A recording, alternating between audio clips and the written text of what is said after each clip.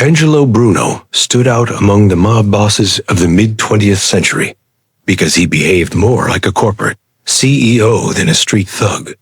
While other bosses across the United States were making headlines for public shootouts and flashy lifestyles, Bruno lived in a modest row house in South Philadelphia.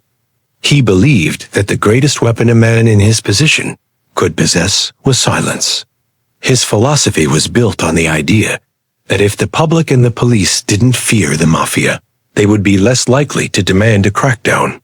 This approach allowed the Philadelphia family to infiltrate the city's infrastructure without sparking a massive backlash from the community.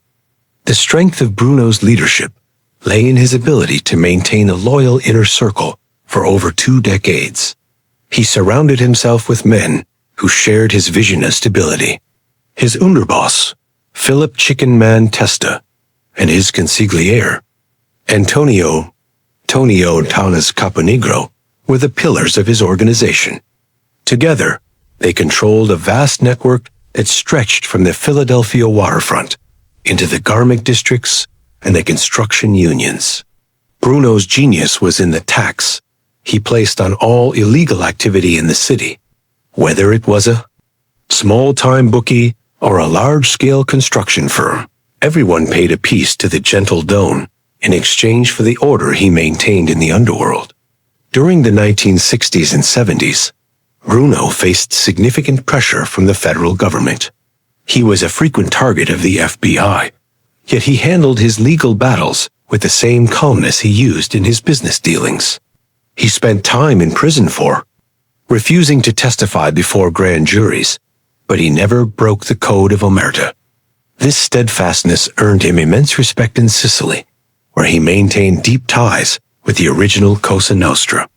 These international connections gave him a level of prestige that few other American bosses could claim, making him a central figure in the transatlantic heroin pipelines, even though he officially banned his own soldiers from selling the drug on the streets of Philadelphia.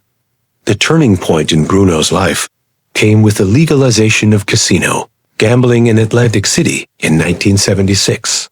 This should have been the greatest opportunity in the history of the Philadelphia mob, but instead it became its curse. Atlantic City was technically Bruno's territory, but the massive scale of the casino industry attracted the 5 families of New York. Bruno tried to negotiate a peaceful sharing of the profits, but his younger soldiers saw this as a sign of weakness. They didn't want to share. They wanted to take.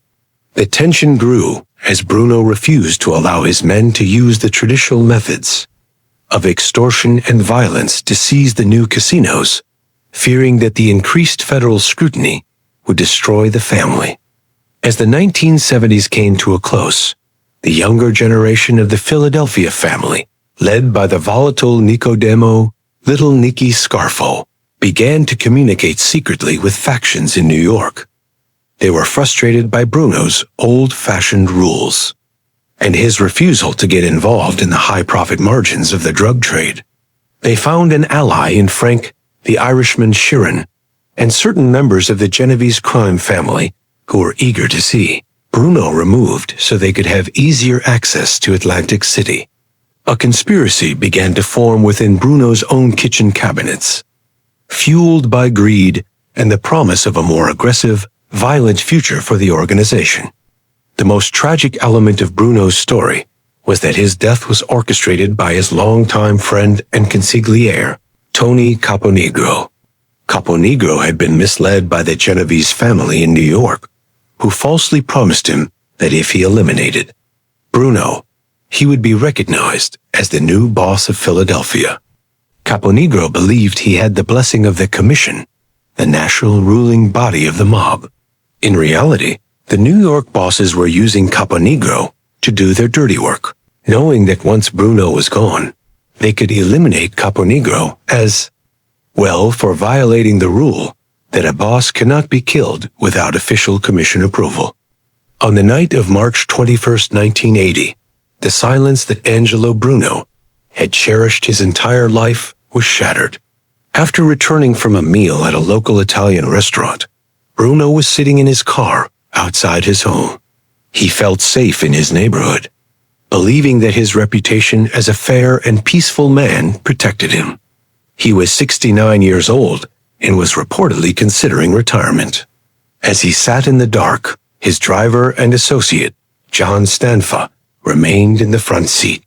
A gunman stepped out of the shadows and fired a lethal dose of buckshot through the window.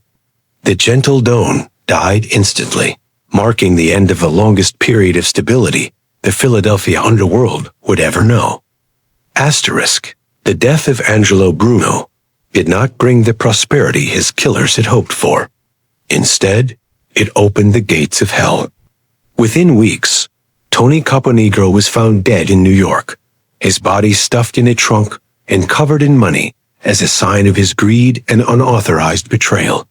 A massive power vacuum followed, leading to a decade of internal warfare that saw over 30 mob-related murders in Philadelphia.